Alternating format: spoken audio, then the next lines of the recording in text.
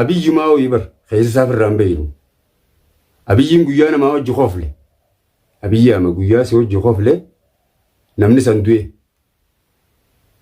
جيا nama badiirratti arkee haasawee muree murteeffatee maal jee wajji qoflee wajjin taphateeti galee waan kana isa kuchiisaa nagartu. Kunis akkasi mucaan xiqqaa ta'u malee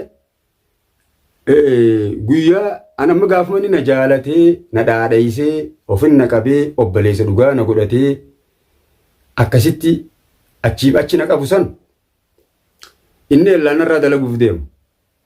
Michoo jaartiiti jenna jalaa baafatee narraa dalaguuf deemallaan inni. Takkanaati gaa'ii harka gurra ol golu gaggalutti hin dhageenye. Himi ibsii, himi seenaa haaloo daawwee, himi labsii, himi Abubakar Musaa, himi Ayyuu, himi kan shantam shubbisa. السلام عليكم ورحمة الله وبركاته. الشمع ركفوني جالتمتوتا في كبجمتوتا ردفتوتا خينيا ورين كريستاناتي في ورين مسلماتيس أكم جرتن نجا فيا راسين جتشا إيجا بك جرتن تسلمتان تيجا كلين سراني سناجي يسوع إيجا الراس ديبي يدفع مالك أبتة رفتجتشون كيسن نولمو إيجا وننين كبدي يدفع وامما بحري في فتيا ballo jidduu deddeemaa jiru jechuudha. Kanarraa inni haasa'uuf dhufe egaa na jajjabeessuu keessaniif hedduun isin galateeffadha. Koomantii teessan laalee hedduun itti gammadee jira.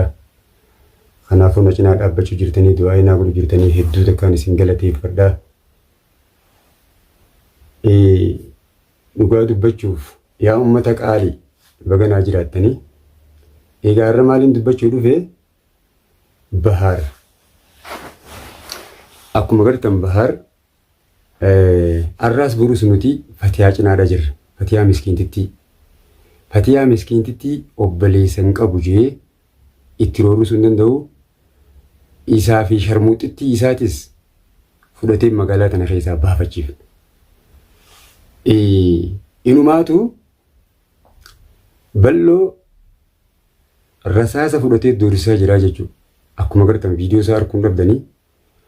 Kono laal akka nama waa beekutti haasa'u gulaalan dur nama waa beeku walla inni talaa siiriitti godhee Bahaar dur nama waa beeku hin beekne egaa dhalaan zamanaatti sol keessa jirti intalti siiriitti gootus intala malee ijaa gurran qabu waan ji'ee waanuma ji'ee balloo doorsisaa jiru laala daawwadhaa waliin haa daawwannu.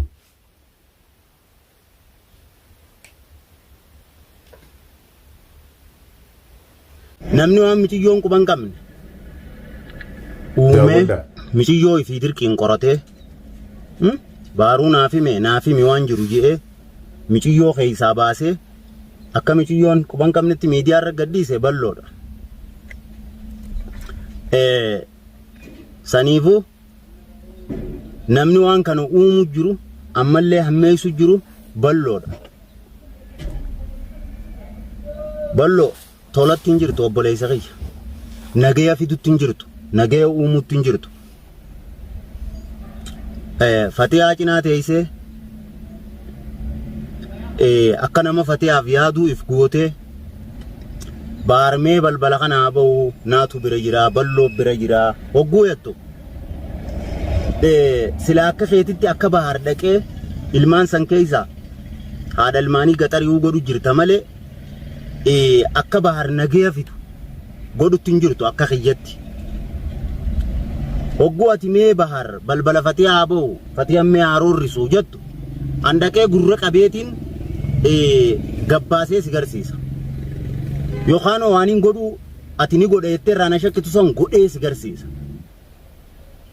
Narraa gad dhaabbadhu yoo narraa gad dhaabbachuu diddee firraayin si dhaaba.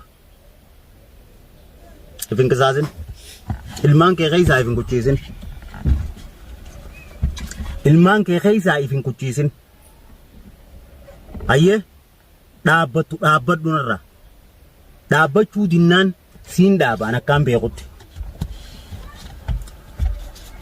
Dhaabbatte taanaan dhaabbadhu. hin dhaabbadhu jennaan waagaa kee ni hirkatta. Yoo gad dhaabbatte dhaabbadhu. Yoo hin dhaabbanne taate mana kee keessatti hin dhufee firraa si dhaaba. Mana kee keessatti. Egaa akkuma agartan akkuma dhageessan dhugaa dubbachuuf baarni qooqee namni nuumaa godhuu danda'u hin jiru. Inumaa qawwee qabateeti rasaasa qabatee makiinaa keessa taa'ee haasa'a. Makiinaa qorqorroo isaa tana agartanii makiinaa qorqorroo qabateeti intala sharmuxxittii tana fudhatee fokkottuu ficcaan fatiyaan irraa kaatee hin geessu intalti. Nusa fatiyaadhaan geessu arraas boruus fatiyaa waa hedduu walii qabna. Oromoo walii qabna obbolummaa walii qabna. Biyya tana keessaa isa baafachiif namti. Amma inni hogguunii fi qawwee qabatee nama doorsisu maal jechuu isaati. Biyya tana qawwee inni bitamteera. Meemma kun inni isaan nama ana doorsisu naafi isaa waliin baha. Naafi isaatu wallaalaa gabbeetii anfaan waan inni irraa du'uu hin qabu. Dhugaa dubbachuuf. Baadha ilmaan babbareedaa kana dhiisee qawwee qabatee hogguu nama doorsisu. Anaan nama waa godhaa qofa osoo hin laalle namninis wayii na godhaa jee yaadu namni xiqqishollee sirriidha akka inni obboleeyyan kiyya. Kanaafuu waa ajaa'ibaatu as deemu jira. Meegaa walumaanuu harkaa jirra. Inni ilaallaa eega tanaan waliin dhufne nuti ifiif qawwee bitachuu takka geenya nuti. Dhaga'uun dhabdan oduu warreen beeynes Yaman keessatti qawwee nuti warra dhugaa dubbachuuf mootummaa tanaa hojii hidhattee lolu jirti. Oromoon jechuudha. Kanaafuu nuti ifiif wal fenna. Dubbiin dhalaa irraa kaateen dhaabbattu dhalaan sheeyxaanaa. Amma maal mana irraa fatiyaan baaftee makiinaa keessa galaa miti. Makiinaa tana harkaa fuuneeti miilaan isa baafachiisuu teenya. Sanaa keessaa magaalaa sanaa keessaa jechuudha. Kanaaf adabatte baar adabatte dhugaa walitti himna laal. Dhugaan nu jidduu jira malee kijibni nu jidduu hin jiru. Dhageeffadhu viidiyoo kana tamaam. Adabattee intala tana dhiiftee mana gallaan obbolummaan teenya numa jirti. Intala tana dhiisonnaan siifi intalti ta'e makiinaa si harkaa fuuneeti miilaan magaalaa tana keessa si baafachiifatu. Tamaam. Akkas ta'uu beeku. Namninis wayii na godha jime. Namaan waa godhu qofa hin jiini. Namninis ana kana wayii na godhaa. Nama laal of guddiftee ilaalin. Nama ati firaan eenyu waa si godhaa bar zamana kana. Ati amma an namaa waa godhaa. Namni waan an godhu jettee hin yaadin hogguu teessee kana haasoitu makiinaa keessa teessee nama waa beeku miti. Saniifuu adabadhuun siin jaa obbolummaan teenya deebite taanaan yoonii fi fatiyaa bira nagayaan deebite. Manguddoo fudhattee ilmaan keetii fi fatiyaa keessatti deebite nuti dhalaan addanuun baaftu. Dhalaan harta addanuun baaftu. Dhalaan sheeyxaana. Akkasii waliif galla. Yoo ammoo intala tanaan fuudhee olii gadi hin deemee magaalaa tana keessa jiraadhaa jette sirra bobbaana laal tokko lamaa miti. Warruma ati obboleeyyan kiyya jettee narrallee obboleeyyaniif eeggattu sanumaan sirra bobbaasee waliin deemee dura deemee magaalaa tana keessa si baafachiisu ta'a. Adabadhu dhugaan jirtu kana. Intala dhiiftee deebita taanaan waliif galla.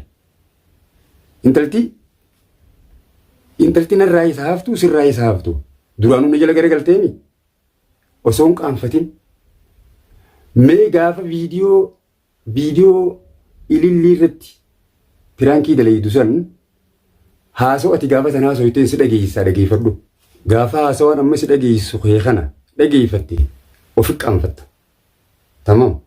Naafeetii irra namni wal beeku hin jiru. Naafeetii bar obboleeyyan wajjin dhaladhe irra naafeetii hojii jiraara.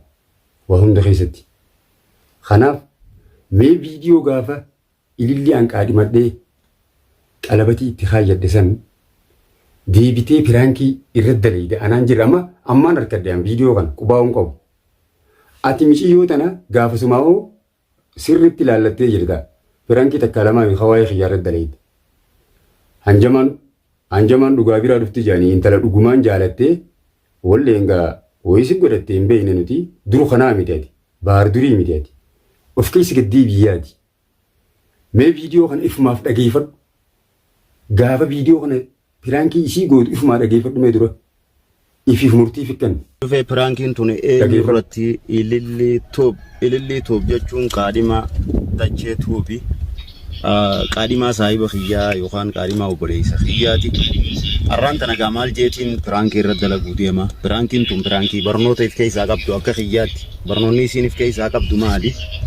Biyya Arabaa tana keessatti namni tokko dhiirti takka qaadhimaa saahibaa yookaan jaartii saahibaa jaartii obboleessaa jala daddeemu waa hedduu dhageenyaa biyyoota Arabaa kabiraa keessatti illee akkasii har'a waa'ee kanarra dhaabbaddeetiin piraankii takka irratti dalaguu deema. Akka nama isii tana jaalate isiin qaadhimaa saahiba xiyyaa qaadhimaa obboleessa xiyyaati.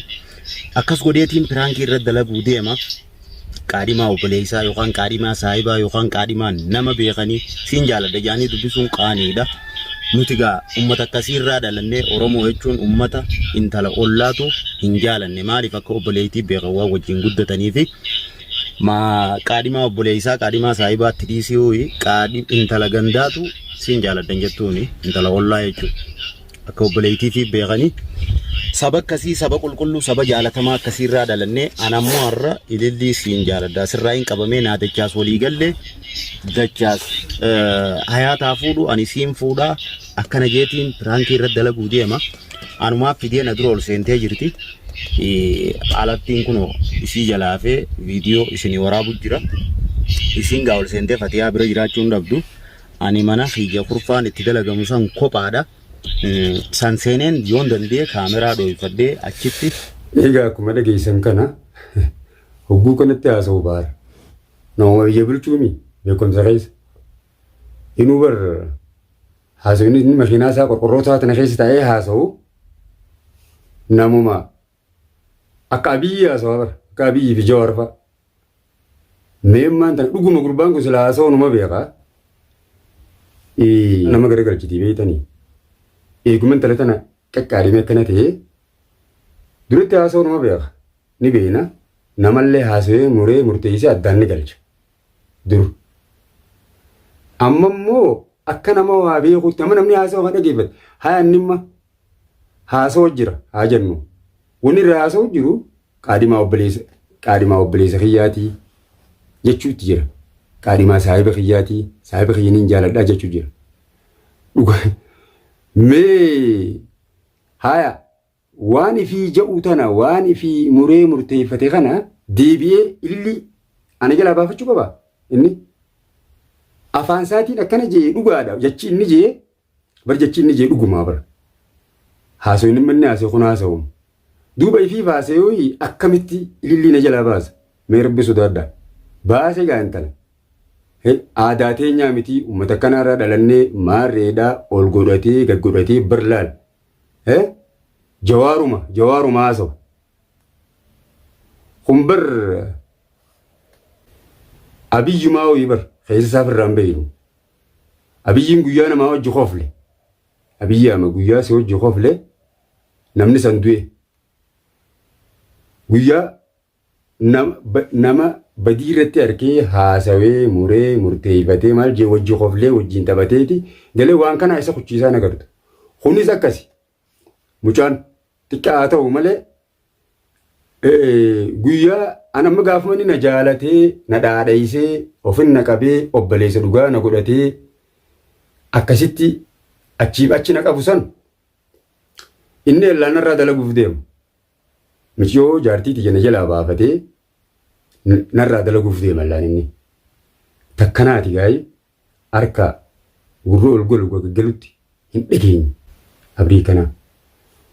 Kanaaf ifumaaf haasawaa bareedaa haasawee sila maatti hin dalagin. Haasawaa bareedaa amma makiinaa keessa taa'ee haasawaa kana maatti dalaguu dhabe. Mee piraankiin inni godhuuf deemu tun ta'a akkamii ميول من هذا ونولالا مشيون بر أبوان كارما سايب خيتي متي جتون دركي مشيو جالا لك بسيفتي وان كانت تقولي مشيون مرات مقالات نغيست إجاقرون قبضي سمالي سنيف ميو برانكي كنجي يقول داودا Pirankii irratti dalagaa yoo isin seenuu baatte asii yaama isin seenaan achumaan itti fufaa akkuma nur seeneen kaameraa kiyya qaaddeetiin isii eegaa saniifuu pirankiin tun maal akka fakkaattu hanqa dhumaan waliin daawwadaan afeerraa teenya ni hayyamti moo lolteen na arrabsitii ga Allahu alam rabbii beeka waan si gaafachuu wada bar guyyaa tokko si dawwalee fardi meeshaa barbaada kana kan isin jedhe waa si gaafachuu fadheeti eegas boodala kee ogguma isin abra dhufteen si gaafadhaa jee use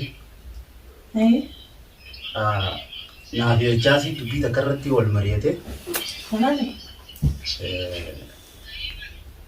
waayuma keessanii kan irratti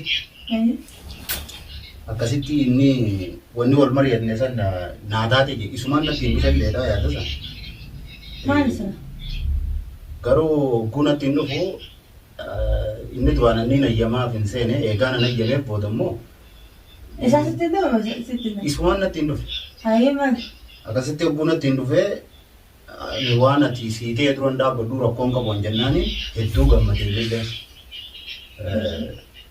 akkasii atillee gaarii gammadde jeetii yaadaa qaba dubbumatee isan tana dubbinni himaan ta'a humaan taane hin beeku waaqa jaalaltii falagooyitaati jaani hayaatiitu naatee naafi hayaatana atilleen hayaatni kaan godhanne anilleen ililliin kaan godhanne walii bakka ni kaa keenya saniifuu naafi hayaat walii gallee jirra ati ililli irraa gabbuufadhu ililli dubbatu ittachaasii jedha gaamoo dhuma tana naan jedhu asirraa dadhabni sana kan guyyaa akkamii ati baareeru isiin jedha لا حن بارد من هيك بتوس أنا أقول ناتي أقول ديما جت ما akkamitti malee siraa sodaate ati yoo isirraa gabbuuftee isiin hayatte sanboodhaan ittiin himaan aan jedhe ammoo أتجلس لا بقول أتجلس لا بقول ani naan mari'ateera ani naan mari'ateen akka inni naan mari'atetti dhugaa inni ililli ati dubbadhu mee dhageessan gaa'e waan akkanaa tana natti nimini hin dhaga'u kan isiin jettuun itti dirqu jira kanaaf gurbaan kun tolatti hin jiru rabbiif haa beeksisu mee hanga xumuraatti daawwadha yoo ishiin si hayyamte ani hayaatiin naatee hayaata madoollee dubbiseetiin jira rakkoon qabu jettee isinleen sirraa sodaatti saniifuu bahaar yoo fedhe ilillee haa fuudhuun jeen akkanaa maal naan jee akkasitti nayyee ilillee anis naatutti himaa hin jee ولا كذا بس بعد ما كنا من اللي تقول leesh إني سنة جملة ما مكتوبة إني نتايم andi makhiyaan siima kakara takkanaati gochaan baar bareedatti hin jiru yoonii fi inni qaceelee ilmaan isaatii fi warra isaa keessatti deebi'ee walii galla yookaan magaalaa tana keessa yookaan isaa darsa nu guurachiisa an bal'oo wajjiin ta'a ta'ee jira. Naafii bal'oon nutis nama hanga keenyatti rasaasa fudhatee akka bal'oo gabbeetti hana gabba'u kunu naafiisa tokko jiraata ammas irra deebi'eetiin ja'a.